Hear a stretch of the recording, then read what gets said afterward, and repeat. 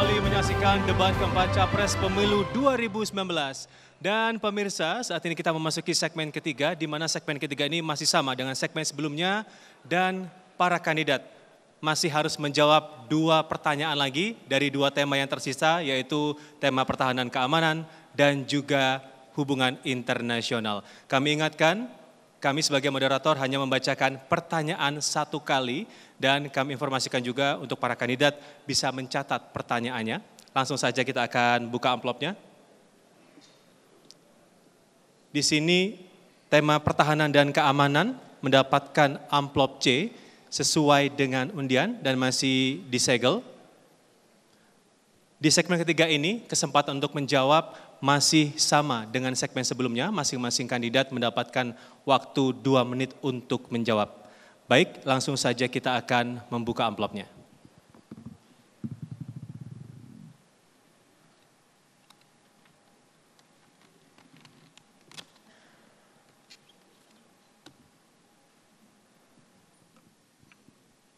Saya akan bacakan. Modernisasi alat utama sistem persenjataan atau alutsista untuk TNI dan alat material khusus Almatsus untuk Polri merupakan hal yang penting bagi pembangunan sistem pertahanan dan keamanan yang kuat dan modern. Namun demikian, kondisi alutsista dan Almatsus saat ini masih belum memadai karena keterbatasan anggaran. Di sisi lain, problem transparansi dan akuntabilitas dalam pengadaan alutsista dan Almatsus juga menjadi masalah tersendiri. Pertanyaannya, bagaimana strategi dan upaya Bapak untuk memodernisasi alutsista dan Almatsus dengan tetap menjamin transparansi dan akuntabilitas di tengah keterbatasan anggaran negara? Baik, kesempatan pertama untuk menjawab kami berikan kepada calon presiden nomor urut 02, Bapak Prabowo Subianto. Waktunya 2 menit Bapak, ketika Bapak mulai berbicara. Silakan.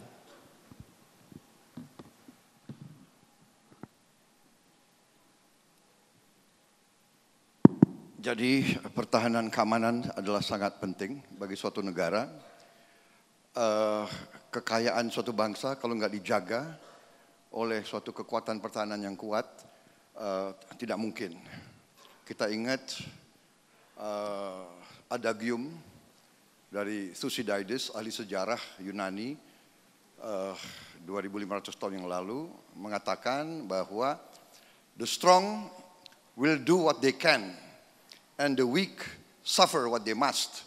Yang kuat akan berbuat sekehendaknya, yang lemah harus menderita. Karena itu saya menilai pertahanan Indonesia terlalu lemah. Jauh dari yang diharapkan. Kenapa? Karena kita tidak punya uang. Karena itu kita harus menjaga keuangan kita. Kemana keuangan kita? Keuangan kita, kekayaan kita, harta kita tidak tinggal di Indonesia. Karena itu kita lemah. Mau kita diplomasi apa? Ini duta besar di sini. Your Excellencies, welcome. Apakah kita sadar bahwa sebenarnya kita diejek? Dia senyum di depan kita, tapi we have nothing, we have no power. Menteri Pertahanan dulu, Pak Yuwono Sudarsono mengatakan kepada saya, I'm not the Indonesian Minister of Defense. I'm the Indonesian Defenseless Minister.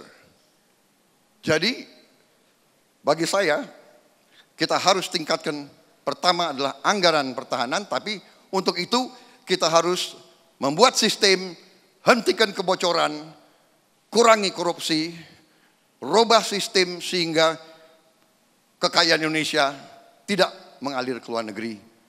Ini masalah inti. Terima kasih. Kami mohon tenang.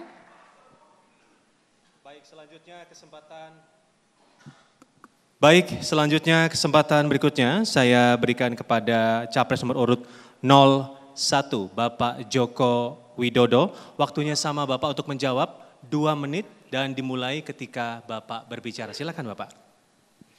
Penting sekali yang namanya gelar pasukan yang terintegrasi. Artinya kita tidak Jawa sentris. Oleh sebab itu sudah saya perintahkan kepada Menhan dan Panglima untuk membangun Divisi 3 yang telah mulai ini bekerja, Divisi 3 Kostra di Goa, kemudian Komando Angkatan Udara di Biak, kemudian Armada 3 Angkatan Laut di Sorong. Ini sudah dalam proses pembangunan dan segera akan jadi. Saya juga telah memerintahkan untuk gelar pasukan di 4 titik penting. Gelar pasukan terintegrasi yaitu di Natuna sebelah barat, kemudian di Morotai sebelah timur, kemudian di Samlaki dekat Masela itu di sebelah selatan, dan kemudian di Biak. Apa yang kita harapkan dari gelar pasukan ini? Artinya titik-titik pinggir yang ada di negara ini semuanya terjaga. Dan juga perlu saya sampaikan bahwa yang namanya radar maritim kita, radar udara kita ini sudah menguasai seluruh wilayah kita 100%. Karena ada 19 titik radar udara kita yang telah terkoneksi. Ada 11 titik radar maritim kita yang telah tersambung dan terkoneksi. Mengenai anggaran, juga perlu saya sampaikan, anggaran di Kementerian Pertahanan kita sekarang sudah 107 triliun. Nomor 2 setelah Kementerian PU. Artinya perhatian kita terhadap pertahanan ini juga bukan main-main. Bahwa masih ada yang proses, ada yang kurang, inilah yang harus kita perbaiki sebagai pemimpin. Saya optimis dengan penguasaan radar udara, radar maritim yang sudah 100%. Siapapun yang masuk ke teritori negara kita akan Bapak ketahuan. Jokowi, waktunya habis. Akan ketahuan. Terima kasih Bapak.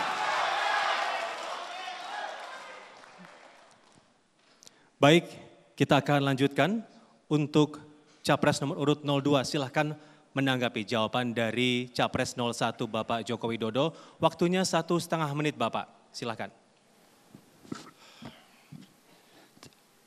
Jadi masalah pertahanan keamanan ini saya kira, maaf Pak Jokowi, mungkin Pak Jokowi dapat briefing-briefing yang kurang tepat. Jadi 107 triliun itu ya 5% dari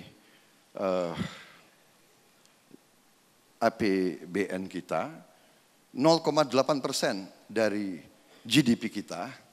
Padahal Singapura itu anggaran pertahanan 30% dari APBN-nya. 30%. 3% dari GDP mereka. Saya hanya mengatakan, saya pengalaman Pak di tentara, budaya ABS banyak Pak. Kalau ketemu Panglima, siap Pak, aman semua Pak. Terkendali Pak, radar cukup Pak. Pak, tidak benar Pak, tidak benar. Jadi itu aja Pak, saya tidak menyalahkan Bapak. Ini budaya Indonesia, ABS, iya ABS. Jadi mohon kita kaji, pertahanan sangat penting.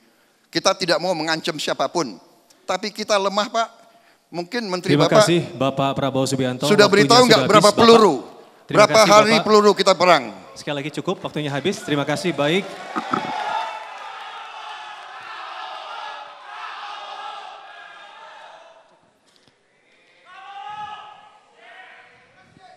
Baik, cukup, harap tenang, kita lanjutkan kembali.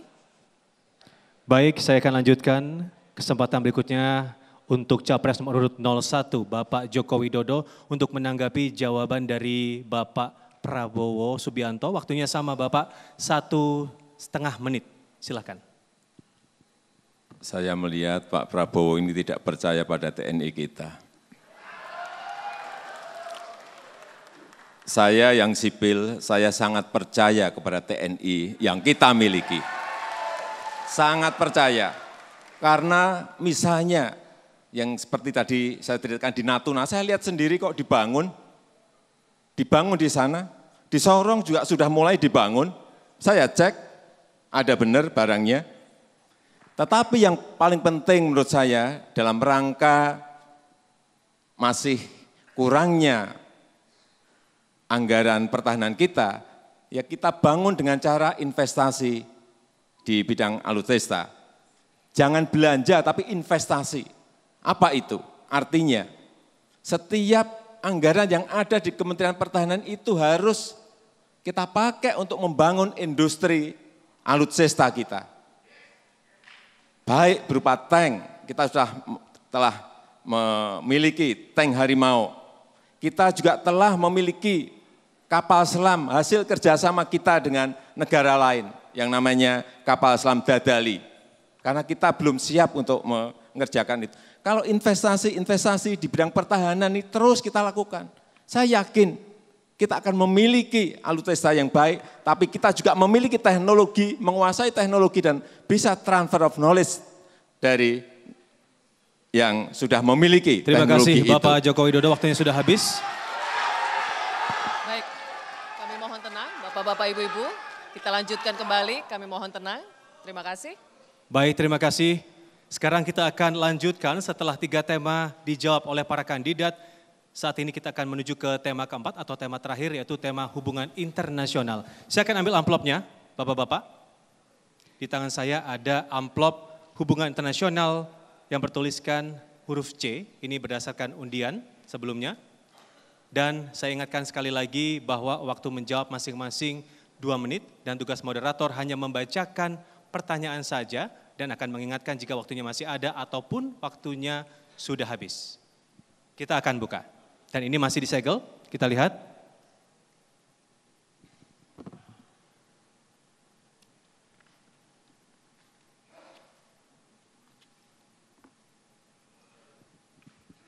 Saya akan bacakan. Diplomasi internasional mengandung dimensi kerjasama sekaligus persaingan.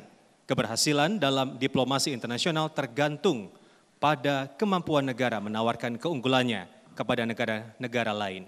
Keunggulan tersebut bisa dalam bentuk kebudayaan, ekonomi, pertahanan, dan gagasan solutif. Indonesia memiliki potensi keunggulan untuk ditawarkan dalam diplomasi internasional. Pertanyaannya, menurut Bapak, apa keunggulan bangsa Indonesia yang akan ditawarkan dalam diplomasi internasional dan bagaimana strategi untuk mewujudkannya? Baik, kesempatan pertama saya berikan untuk calon presiden nomor urut 01, Bapak Joko Widodo untuk menjawab. Waktunya 2 menit, silakan Bapak.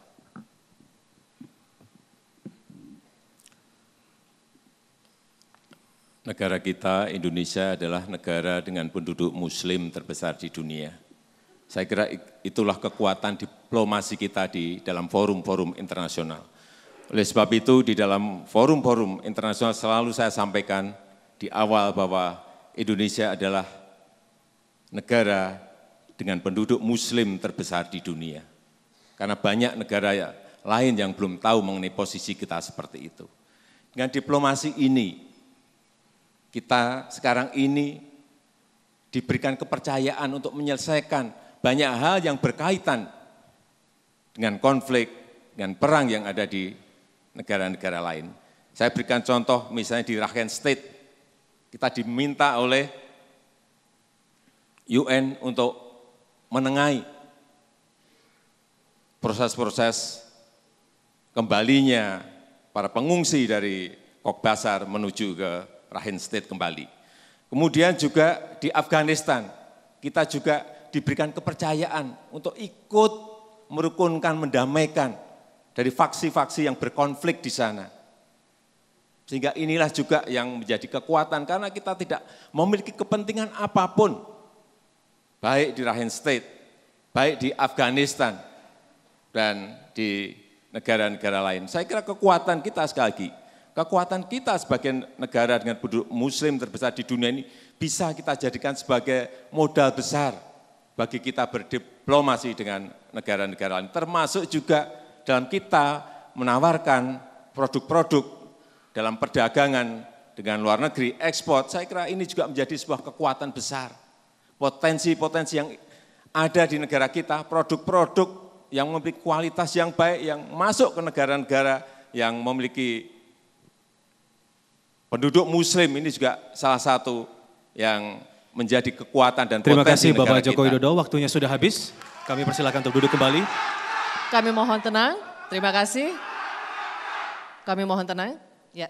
Baik, saya akan lanjutkan. Selanjutnya Capres nomor urut 02 untuk berkesempatan menjawab dengan pertanyaan yang sama. Waktunya masih sama Bapak, 2 menit. Dimulai ketika Bapak berbicara. Jadi diplomasi adalah untuk memajukan kepentingan nasional sebuah negara melalui jalan-jalan perundingan dan jalan-jalan pertukaran diplomasi. Tetapi diplomasi tidak bisa hanya dengan menjadi mediator, itu penting. Tetapi ujungnya diplomasi itu harus merupakan bagian dari upaya mempertahankan kepentingan nasional inti sebuah negara. Dan untuk itu diplomasi hanya bisa dan harus di backup oleh kekuatan. Kalau negara kita tidak kuat, dia senyum sama kita. Memang tugasnya diplomat. Sebuah diplomat dibayar untuk menjadi orang baik. Tapi dia tidak segan. Dia hitung kekuatan kita. Pak Jokowi, tolong penasihat militernya. Bukan saya tidak percaya sama TNI. Kapal selam berapa yang kita miliki? Jenisnya berapa? Kemampuannya berapa? Pesawat berapa? Kita negara seluas Eropa. Berapa squadron fighters yang kita punya? Peluru kendalinya berapa? Pak, diplomasi kalau hanya senyum-senyum, menjadi nice guy, ya begitu-begitu saja Pak. Kalau ada armada asing masuk ke laut kita, apa yang kita bisa buat? Jadi bukan saya tidak percaya, saya ini TNI Pak, saya pertaruhkan nyawa di TNI. Saya lebih TNI dari banyak TNI. Terima kasih Bapak Prabowo Subianto, waktunya sudah habis. Kami persilakan untuk duduk kembali. Kami mohon tenang, pendukung 02, kami mohon tenang. Kami mohon tenang agar dapat kita lanjutkan kembali, kami mohon tenang. Ya cukup Bapak Ibu, bisa kita lanjutkan kembali. Baik, saya akan lanjutkan kembali. Terima kasih. Baik, selanjutnya saya beri kesempatan untuk menanggapi kepada Capres nomor urut 01 Bapak Joko Widodo. Waktunya 1,5 menit Bapak dan akan dimulai ketika Bapak berbicara. Silakan Bapak. Ya, yang namanya diplomasi ke luar negeri memang yang pertama adalah kepentingan nasional kita yang harus dinomorsatukan. Kepentingan nasional kita yang tetap harus dinomorsatukan. Kemudian yang kedua juga perlindungan terhadap warga negara Indonesia yang ada di luar negeri. Ini penting sekali. Kemudian diplomasi yang ketiga adalah bagaimana kita bisa